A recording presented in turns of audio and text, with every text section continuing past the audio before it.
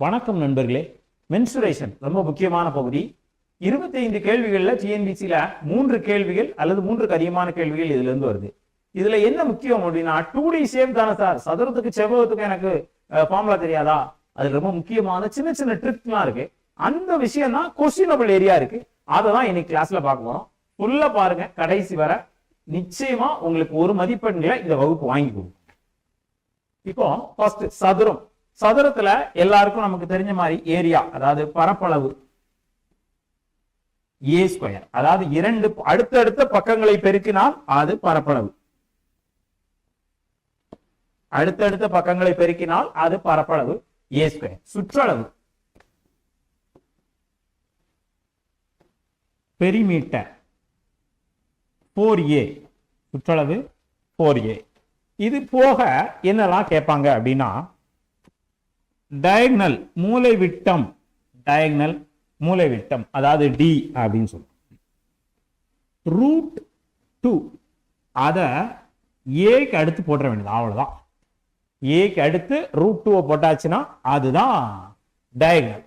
சிம்பிளா D equal to a√2. இங்க பாருங்க, இந்த லைன் வந்து இது ரூட் மாதிரி எடுத்துக்கலாமா, அதுல ஒரு 2 அப்படின்னு போட்டுக்க வேண்டியது. அப்போ இங்க ஒரு ஏ இருக்கு, a√2 அதுதான் டயகனல். மூலை விட்டம் கண்டுபிடிக்க அப்படின்னு கேட்டா a√2, அவ்வளவுதாங்க. சிம்பிளா. அப்போ ஸ்கொயர் அப்படின்னு எடுத்துட்டா அதனுடைய ஏரியா a ஸ்கொயர், அதனுடைய சுற்றளவு 4a, அதனுடைய மூலை விட்டம் a√2. அடுத்ததா செவ்வகம். செவ்வகத்துக்கு நீளம் அகலம் இந்த ரெண்டு உண்டு. நீளம் அகலம் இதை வச்சு அதுல என்னெல்லாம் கேட்பாங்க கொஸ்டினபிள் ஏரியான்னா பரப்பு L × B, நீளம் என்று அடுத்தடுத்த ரெண்டு பக்கங்களை பெருக்கினா அதுதான் பரப்பளவு. சுற்றளவு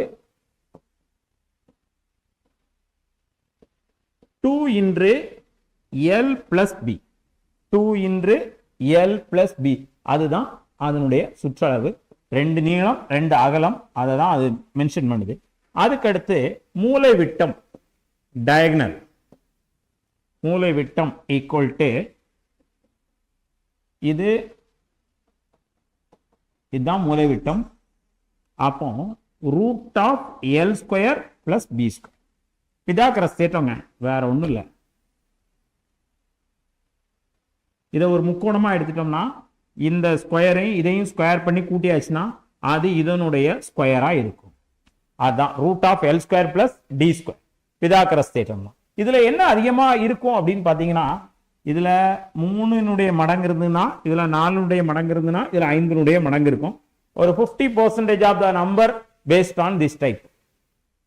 3 அல்லது 3 மடங்கு. இதுல 3 இருந்தா இதுல 4 இருக்கும், இதுல 5 இருக்கும். இதுல 3 மடங்கு, அதாவது 6 இருந்ததுன்னா இதுல 8 இருக்கும், இதுல 10 இருக்கும். அப்படிதான் அது கண்டினியூ ஆகும். சப்போஸ் இதுல 12 இருக்குன்னு வச்சுக்கோங்க, இதுல 12 இருக்கு, இதுல 5 இருக்கு அப்படின்னா இது 13 ஆகும். ரெண்டாவது ஸ்டெப். மீதி இது போக வேற நம்பர் வர்றா இருந்தா இதை மாத்தி போடணும் இல்லையா, உங்களுடைய கெஸ்ஸிங் தப்போ. ஃபர்ஸ்ட் என்ன சொன்னோம், 3, 4, 5.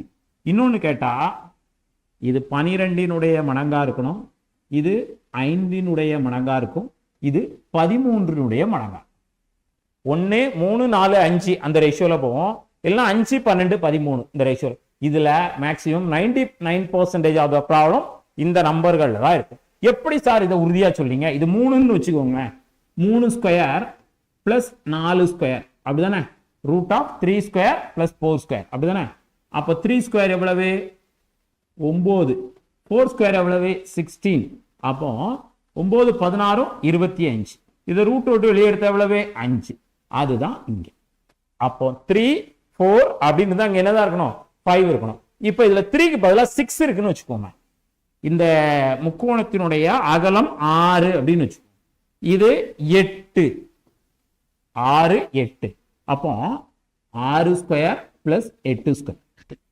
இப்போ 6² எவ்வளவு? 36. 8² எவ்வளவு? 64. அப்போ 36, 64, 100. √2 வெளியே எடுத்த எவ்வளவு? 10. அப்போ இந்த 3 டபுள் ஆக்கினா 6 வருமா? இங்க 4 டபுள் ஆக்குனா 8 வருதா, இங்க 6 8 தான் கொடுத்துடணும். அப்ப இங்க இருக்க 5 டபுள் ஆக்குனா எவ்வளவு வரும் 10. அப்போ 3 4 5 இதனுடைய மடங்குகள் தான் மேக்சிமம் வரும். அப்படி இல்லாத பட்சத்துல 5 12 13 இந்த நம்பர் தான் மேக்சிமம் சம்ல கொடுத்திருக்காங்க. அடுத்ததா இதே இதுல சுற்றளவு நமக்கு பரப்பளவு தெரியும், சுற்றளவு தெரியும். பரப்பளவு L × B. ஓகே, இப்போ ஒரு செவ்வக வடிவ பாதை இருக்கும். அந்த பாதையினுடைய பரப்பளவு கேட்கறது அடிக்கடி இப்ப ரீசெண்டா எக்ஸாம்பிள் நிறைய கேட்டிருக்காங்க. ஒரு செவ்வக வடிவ நிலம் இருக்கு. அந்த செவ்வக வடிவ நிலத்தை சுற்றி ஒரு 2 மீட்டர் அகலம் கொண்ட ஒரு பாதை ஒன்று வடிவமைக்கப்பட்டிருக்கு 4 பக்கங்கள்லையும். இப்ப இந்த பாதையினுடைய பரப்பளவு என்னன்னு கேட்டிருப்பாங்க. செவ்வக வடிவ நிலத்தினுடைய நீளம் 20 மீட்டர் அப்படின்னு அப்ராக்சிமேட்டா எடுத்துக்குவோம். அகலம் 10 மீட்டர் அப்படின்னு எடுத்துக்குவோம். இப்போ நீளம் என்ற அகலம் செவ்வக வடிவ நிலத்தினுடைய பரப்பளவு கிடைக்கும். L × B. L × B. இது 20 L 10 B. அப்ப L × B = 20 × 10 = 200 மீட்டர் சதுர மீட்டர். 200 சதுர மீட்டர் அல்லது மீட்டர் ஸ்கொயர். இது இந்த செவ்வக வடிவ நிலத்தினுடைய பரப்பளவு. இப்போ பாதையினுடைய பரப்பளவு கண்டுபிடிக்கணும். நல்லா கவனிச்சுக்கோங்க. இந்த கோட்ல இருந்து இது வர 20 மீட்டர். இப்ப இந்த அகலம் வந்து எல்லா பக்கமும் 2 மீட்டர். அப்ப இதுல ஒரு 2 மீட்டர் இருக்கு, இதுலயும் ஒரு 2 மீட்டர் இருக்கு. அப்ப இதுல ஒரு 2, இதுல ஒரு 20 22 22 + 2 24. அப்ப இந்த கார்னர்ல இருந்து இந்த கார்னர் வர 24 மீட்டர். அப்ப அதே போல இதுல இருந்து இது வர 10னா இந்த லென்த் ஒரு 2, இந்த லென்த் ஒரு 2. அப்ப 2 + 10 12 12 + 2 14. அப்ப இந்த கார்னர்ல இருந்து இந்த கார்னர் வர 14 மீட்டர். அப்போ இந்த பெரிய செவ்வகம் அதாவது பாதையோடு சேர்ந்த செவ்வகம் நீளம் 24 மீட்டர், அகலம் 14 மீட்டர். அப்ப இதை பெருக்கிடலாம். அப்ப 24 பெருக்கல் 14 4 16 மிச்சம் 1 4 2 8 1 9 1 4 4 1 2 6 9 4 13 மிச்சம் 1 336. அப்போ பெரிய செவ்வகத்தினுடைய பரப்பளவு 336, சின்ன செவ்வகத்தினுடைய பரப்பளவு 200. அதுல இருந்து இதை கழிச்சாச்சுன்னா 136 சதுர மீட்டர் பாதையினுடைய பரப்பளவு. இதை எப்படி சார் ஈஸியா கண்டுபிடிக்கிறது? பெரிய செவ்வகத்தினுடைய பரப்பளவுக்கு பெரிய செவ்வகத்தினுடைய நீளம் பெருக்கல் அகலம் மைனஸ் சின்ன செவ்வகத்தினுடைய நீளம் அகலம். அப்போ L × B minus L × B. இதுதான் செவ்வக வடிவ பாதையினுடைய பரப்பளவு. சதுரமா இருந்தாலும் செவ்வகமா இருந்தாலும் இதுதான் ரூலு, இதுதான் கான்செப்ட். ஓகே, அடுத்த ஷேப் பார்க்கிறோம். வட்டம். வட்ட ஷேப் வந்தாலே அதுல பை வந்துடும். பையனுடைய மதிப்பு என்ன? 22/7. சில இடங்கள்ல அல்லது 3.14 பயன்படுத்தணும். எப்போ 3.14 பயன்படுத்தணும்னா ஆரத்தினுடைய மடங்கு புள்ளியில இருந்தது, அதாவது 31.4 சென்டிமீட்டர் அல்லது 3.14 சென்டிமீட்டர் அல்லது 1.57 சென்டிமீட்டர் அந்த மாதிரி புள்ளியில இருந்துச்சுன்னா நீங்க பையனுடைய மதிப்பு 3.14 பயன்படுத்தணும். இதே ஆரத்தினுடைய மதிப்பு 7 சென்டிமீட்டர் 14 சென்டிமீட்டர் 21 சென்டிமீட்டர் 3.5 சென்டிமீட்டர் இந்த மாதிரி 3.5 மடங்கு அல்லது 7 டைம்ஸ் இருந்துச்சுன்னா 22/7 பயன்படுத்தணும். அப்போ வட்டத்தினுடைய பரப்பளவு =πr². சுற்றளவு, இதுக்கு சுற்றளவுன்னா சர்க்கம்ஃபரன்ஸ் சொல்லுவாங்க, 2πr. இதுல நிறைய பேர் கன்ஃபியூஸ் இருக்கும். முன்னாடி 2 அப்படின்னு இருந்ததுன்னா அது சுற்றளவு, முன்னாடி நம்பர் இருந்ததுன்னா சுற்றளவு, ஸ்கொயர் அப்படின்னு இருந்ததுன்னா அது பரப்பளவு. அப்போ அடுத்தடுத்த பக்கங்களை பெருக்குனா பரப்பளவு, அப்போ ஸ்கொயர் வந்துச்சுன்னா அது பரப்பளவு, முன்னாடி 2 அப்படின்னு வந்துச்சுன்னா அது சுற்றளவு. ஓகே, அப்போ வட்ட வடிவ வட்டத்தினுடைய பரப்பளவு πr², சுற்றளவு 2πr. அதுக்கு அடுத்து அரை வட்டம் எடுக்கிறோம்னு வச்சுக்கோங்க. அரை வட்டம், இது அரை வட்ட பகுதி. இந்த அரை வட்டத்தினுடைய பரப்பளவு, வட்டத்தினுடைய பரப்பளவு ஃபார்முலா என்ன? πr². அதுல பாதி தானே அரை வட்டம், அப்ப அதுல பாதி πr²/2. 1/2 πr². சில இதுல போட்டிருப்பாங்க, சில நேரம் πr²/2. எதுனாலும் சேம் தான். அடுத்து இதோட சுற்றளவு, அதாவது சர்க்கம்ஃபரன்ஸ், அரை வட்டத்தினுடைய சுற்றளவு.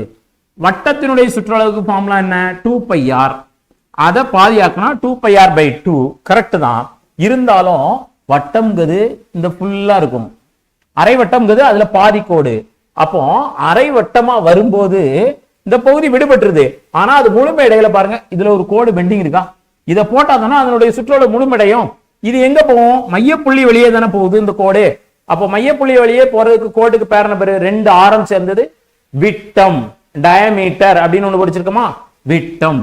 அப்போ 2πr/2 2 கேன்சல் ஆயிட்டு, அப்போ πr அப்படின்னு இருக்குமா, அது கூட விட்டத்தையும் சேர்க்கணும். அப்போ πr பிளஸ் டி, அந்த டி போடலாம், அல்லனா 2r போட்டுக்கலாம், ரெண்டு தடவை r போட்டு கூட்டிக்கலாம். ஓகேவா? சரி, அடுத்து இதே வட்டம், வட்ட பாதையா இருக்கு, ஒரு பூங்கா இருக்கு, பூங்காவுல நடுவுல மரம் செடி கொடிகள்லாம் இருக்கு, அதுல ஒரு பெஞ்ச் மாதிரி அமர்ந்து உட்கார்ற மாதிரி இப்படி எல்லாம் இருக்குது, அதுல மக்கள்லாம் உட்கார்ந்து இருக்காங்க, இந்த மாதிரி எல்லாம் இருக்கு, ஸ்நாக்ஸ் இதெல்லாம் இருக்கு, ஐஸ்கிரீம் எல்லாம் சேல்ஸ் பண்ணிட்டு இருக்காங்க. சுத்தி நடைபாதை ஒண்ணு இந்த மாதிரி வடிவமைக்கப்பட்டிருக்கு. இந்த நடைபாதையினுடைய பரப்பளவு கேட்கறாங்கன்னு வச்சுக்கோங்க. அப்போ இதுக்கு என்ன கொடுத்திருப்பாங்க, வட்டத்தினுடைய ஆரம் கொடுத்திருப்பாங்க, இது 7ன்னு வச்சுக்கோங்க. இந்த நடைபாதையினுடைய அகலம் 3.5 மீட்டர் அப்படின்னு கொடுத்திருக்காங்கன்னு வச்சுக்கோங்க. 3.5 மீட்டர் அப்படின்னு கொடுத்திருக்காங்க. அப்படின்னா முதல்ல என்ன செய்யணும், பெரிய வட்டத்தினுடைய பரப்பளவு πr², அதுல இருந்து சின்ன வட்டத்தினுடைய பரப்பளவு -πr². பெரிய வட்டத்தினுடைய பரப்பளவு கண்டுபிடிக்கிறதுக்கு இதனுடைய ஆரம் 7, இதனுடைய அகலம் 3.5, அப்ப அது ரெண்டையும் சேர்த்தா 10.5 மீட்டர்னு வருமா. இதுல நான் அப்ராக்சிமேட்டா எடுத்திருக்கேன். அப்போ pi into 10.5 metre minus pi into சின்ன வட்டத்தினுடைய ஆரம் 7. அப்போ இந்த பை ரெண்டை காமனா எடுத்துடலாம், பை இன்ட்டு 10.5 மைனஸ் 7. அப்போ pi into capital R² minus small r². அப்போ ஒரு வட்ட பாதையினுடைய பரப்பளவு formula pi into capital R² minus small r². இதுதான் ஃபார்முலா வட்ட பாதையினுடைய பரப்பளவு கேட்டா. அடுத்ததான் முக்கோணம். பொதுவா முக்கோணம்னாலே செங்கோண முக்கோணம் தான் அடிக்கடி சொல்றது. செங்கோண முக்கோணத்துல செங்கோணத்தை தாங்கும் பக்கத்துல கீழே அடிப்பக்கம் இருக்கும், பேஸ் இருக்கும், அது பக்கத்துல ஹைட் இருக்கும். இத லென்த்னு சொல்லுவாங்க, எல்னு சொல்லுவாங்க, அல்லது இத BH அடிப்பக்கம், உயரம், கர்ணம் அப்படின்னு சொல்லுவாங்க. இதனுடைய பரப்பளவு, செங்கோண முக்கோணத்தினுடைய பரப்பளவு ½ BH. அது என்ன சார் ½ இது அடிப்பக்கம், இது உயரம். இரண்டு அடுத்தடுத்த பக்கங்களை பெருக்கினால் ஒரு சதுரமாகவோ அல்லது செவ்வகமாகவோ அடைபட்ட உருவத்தினுடைய பரப்பளவு கிடைக்கும். அப்ப நமக்கு அதுல பாதி தான் இருக்கு, அதனால ½ BH. அதுக்கு அடுத்து இது செங்கோண முக்கோணமா இருந்துச்சுன்னா, சப்போஸ் ரெண்டு பக்கம் கொடுத்து மூணாவது பக்கம் கேட்காங்கன்னு வச்சுங்களேன், பி கொடுத்து செங்கோணத்தை தாங்கும் பக்கங்கள் முறையே 3 மீட்டர் 4 மீட்டர் அப்படின்னு கொடுத்தாங்கன்னா இது என்ன, அப்போ b² plus h² equal to l². இவ்வளவுதான். b² l² போட்டாச்சுன்னா அதுல b² h² போட்டாச்சுன்னா l² நமக்கு கிடைச்சிரும். அடுத்ததா இது சமபக்க முக்கோணம். சமபக்க முக்கோணத்தினுடைய பரப்பளவு. இதுல சமபக்க முக்கோணத்தினுடைய உயரம் கேட்டு நிறைய வாட்டி டிஎன்பிசில क्वेश्चन கேட்டிருக்காங்க. உயரம்னா இதுதான் உயரம். இது எல்லா பக்கம் சமமா இருக்கு, a. அப்போ பரப்பளவு ஈக்குவல் டு √3/4 a². சமபக்க முக்கோணத்தினுடைய பரப்பளவு ஈக்குவல் டு √3/4 a². இதே சமபக்க முக்கோணத்தினுடைய உயரம் கேட்டா √3/2 a. அவ்வளவுதான். பக்கம் கொடுத்துருவாங்க, 10 மீட்டர் பக்க அளவு கொண்ட ஒரு சமபக்க முக்கோணத்தின் உயரம் அப்படின்னு கேட்டாங்கன்னு வச்சுங்களேன், a ஈக்குவல் டு 10 அப்படின்னு கொடுத்துருக்காங்கன்னா √3/2 இன்று 10 2 I 2 10 ஈக்குவல் டு 5√3. 5√3 அவ்வளவுதான். சிம்பிளா முடிஞ்சு. சமபக்க முக்கோணத்தினுடைய உயரம் 5√3 கண்டுபிடிச்சாச்சு. சப்போஸ் இதுக்கு ஒரு பரப்பளவு கேட்டிருக்காங்கன்னு வச்சுங்களேன், அப்போ √3/4 இன்று 10 இன்று 10 2 4 sorry okay I2 10, 2 4, I2 10, I5 25. அப்ப 25 ரூட் 3ங்கிறது இதனுடைய பரப்பளவு. அப்போ சமபக்க முக்கோணம் கொடுத்தா பரப்பளவு கேட்கலாம், அல்லனா உயரம் கேட்கலாம். 10 கொஸ்டின் மென்சுரேஷன்ல இருந்து கேட்காங்கன்னா அதுல 2 கொஸ்டின் சமபக்க முக்கோணத்தினுடைய உயரமா தான் இருக்கு. ரொம்ப முக்கியமான ஃபார்முலாங்க. √3/2a. √3/2a வெறும் a இருக்கு, இங்க 2 இருக்கு அப்படின்னா உயரம். இங்க 4 இருக்கு, இங்க a ஸ்கொயர் இருக்குன்னா அது பரப்பளவு. நல்லா கவனிச்சுக்கோ. இது அசமபக்க முக்கோணம்னு எடுத்துக்கலாமா? அசமபக்க முக்கோணம். அசமபக்க முக்கோணம்னா என்ன சார்? சமபக்க முக்கோணத்துக்கு எதிர், அவ்வளவுதான். அசமபக்க முக்கோணம்னா 3 பக்கங்கள் இருக்கு, அவ்வளவுதான். 3 வேற வேற பக்கம். இது a, இது b, இது c அப்படின்னு வச்சுக்கோ. அப்போ இந்த 3க்கும் இதுக்கு இந்த மாதிரி வெவ்வேறு அளவுகள் உள்ள முக்கோணத்தினுடைய பரப்பளவு கேட்டிருந்தா √s into s minus a into s minus b into s minus c. இதான் ஃபார்முலா. இப்போ ABC நம்ம கணக்குல கொடுத்துருவாங்க, கண்டுபிடிச்சிடலாம். S எப்படி சார் கண்டுபிடிக்கிறது? S for sample. S equal to a plus b plus c divided by 2. 3 நம்பரை கூட்டுறதுனால 3ஆல வகுத்துறப்படாது, மறந்து போய் 2ஆல வகுக்கணும். a plus b plus c divided by 2. அவ்வளவுதான், சிம்பிளா. அப்போ அசமபக்க முக்கோணத்தினுடைய பரப்பளவு equal to √s into s minus a into s minus b into s minus c. S equal to a plus b plus c divided by 2. அடுத்ததா இரு சமபக்க முக்கோணம். இரு சமபக்க முக்கோணம். இது a, ரெண்டு பக்கம் சமமா இருக்கு. இது b. அப்போ இரு சமபக்க முக்கோணம் அப்படின்னு கொடுத்தாங்கன்னா 2 சமமான பக்கங்கள் அளவு கொடுத்திருப்பாங்க, 10 10 கொடுத்திருப்பாங்க. அதுக்கு அடுத்து b கொடுத்திருப்பாங்க. இத வேற ஒண்ணு இல்ல, √a² minus b²/4. அவ்வளவுதான். இரு சமபக்க முக்கோணத்தினுடைய பரப்பளவு அப்படின்னு ஒன்னே ஒரு கொஸ்டின் தான் அதுல கேட்கறதுக்கு வாய்ப்பு இருக்கு. √a² minus b²/4. இதுதான் இதனுடைய பரப்பளவினுடைய ஃபார்முலா. அதிகமா கேட்கப்பட்டதே இல்லை, இருந்தாலும் தெரிஞ்சு வச்சுக்கணும். என்ன வேணாலும் கேட்கலாம் டிஎன்பிசில, அதை நம்ம தயாரா இருக்க வேண்டியது நம்மளுடைய பொறுப்பு. √a² minus b²/4. சார் இல்ல சார், எனக்கு இந்த ஃபார்முலா மறந்து போச்சு, நான் என்ன பண்றது? இந்த உயரம் கண்டுபிடிக்கணும். எப்படி கண்டுபிடிக்கிறது? இப்போ இது 10ன்னு வச்சுப்போம். ஏனுடைய மதிப்பு 10. அப்ப இதுவும் 10 தானே. இது ஒரு 14ன்னு வச்சு. அப்போ 14னா இது சரி சமமா பிரிக்குமா? அப்போ இந்த லென்த் 7, இங்க இருந்து இங்க வரைக்கும் 7. அப்போ இது 10. அப்போ 7² பிளஸ்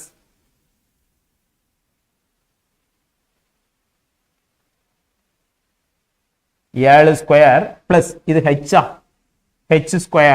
ஈக்குவல் டு 10².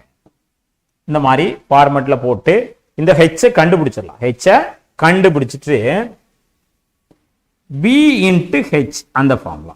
b என்னது? இந்த 7 into h என்னது? நம்ம கண்டுபிடிச்சிருப்போம்ல, அத அப்ராக்சிமேட்டா 8ன்னு வச்சுப்போம். இந்த ரெண்டையும் பெருக்குனா இதனுடைய பரப்பளவு. சார் அப்பெல்லாம் எப்படி செங்கோணம் கோணமா இருந்தா ஆஃப்ல சார் போட்டீங்க? கரெக்ட் தான்.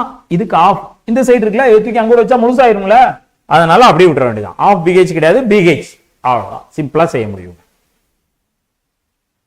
அடுத்ததா சாய் சதுரம்.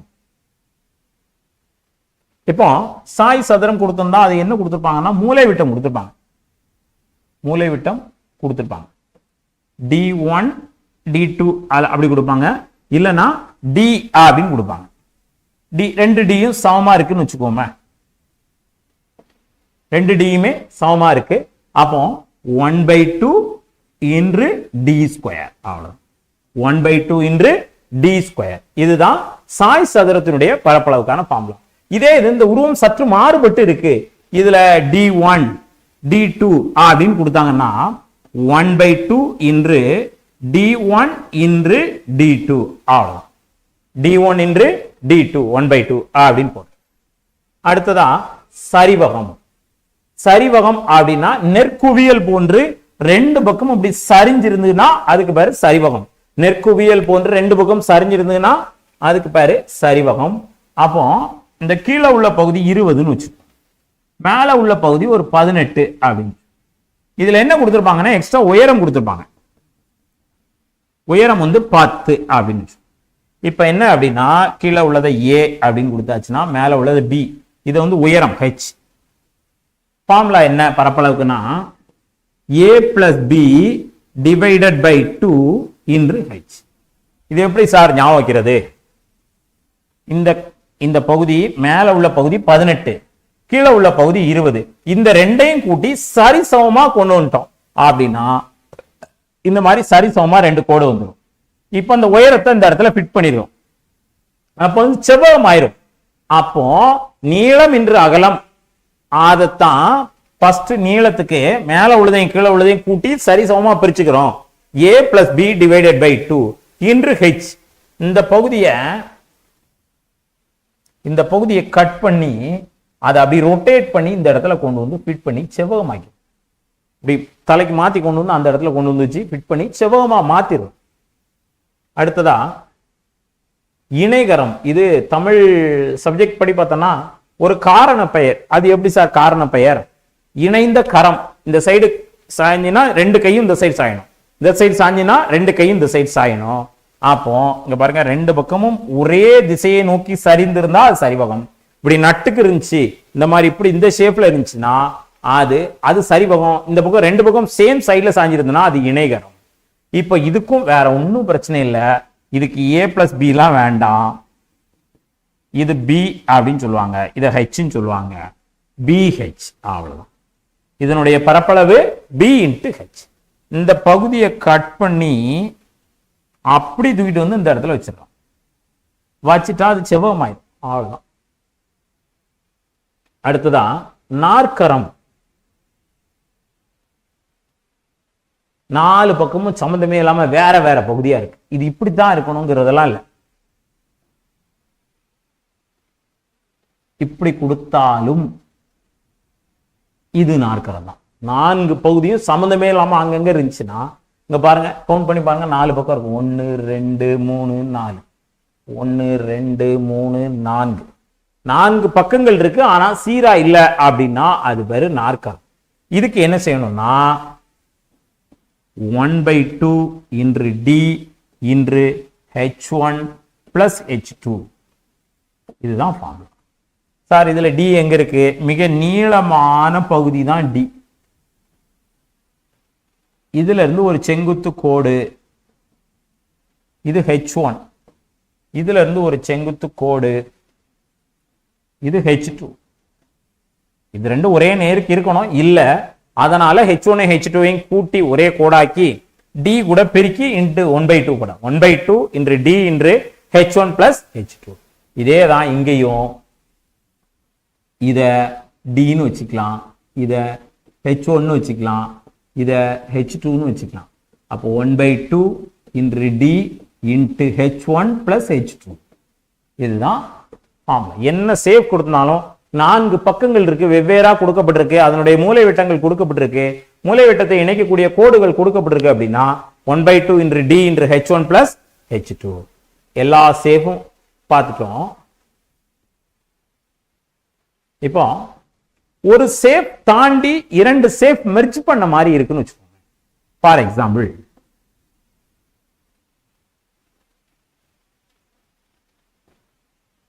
இப்படி கொடுத்துருக்காங்க வச்சுக்கோங்க.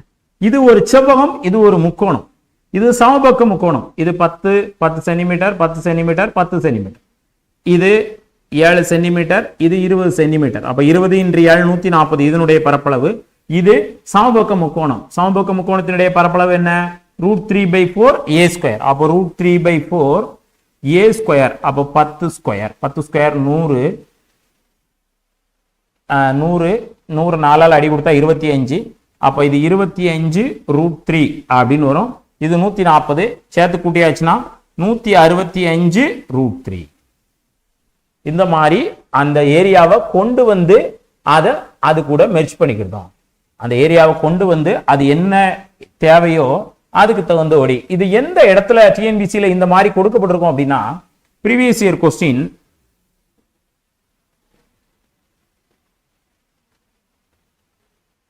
இந்த மாதிரி சேஃப் கொடுக்க கொஸ்டின் கேட்டிருக்காங்க. இப்போ இது ஒரு சதுரம் அல்லது செவ்வகம், இது அரை வட்டம். அப்ப ரெண்டினுடைய பரப்பளவையும் சேர்க்கணும். ரெண்டினுடைய பரப்பளவையும் சேர்க்கணும். இதுல என்ன வித்தியாசம் இருக்குன்னா, மொத்த உயரம் கொடுத்து இங்க இருந்து இங்க வரைக்கும் கொடுத்துருவாங்க 20 சென்டிமீட்டர், வட்டத்தின் ஆரம் 7 சென்டிமீட்டர் அப்படின்னு கொடுத்துருவாங்க. அப்ப இங்க இருந்து இங்க 7ன்னா அப்ப இங்கேயும் 7 தான்.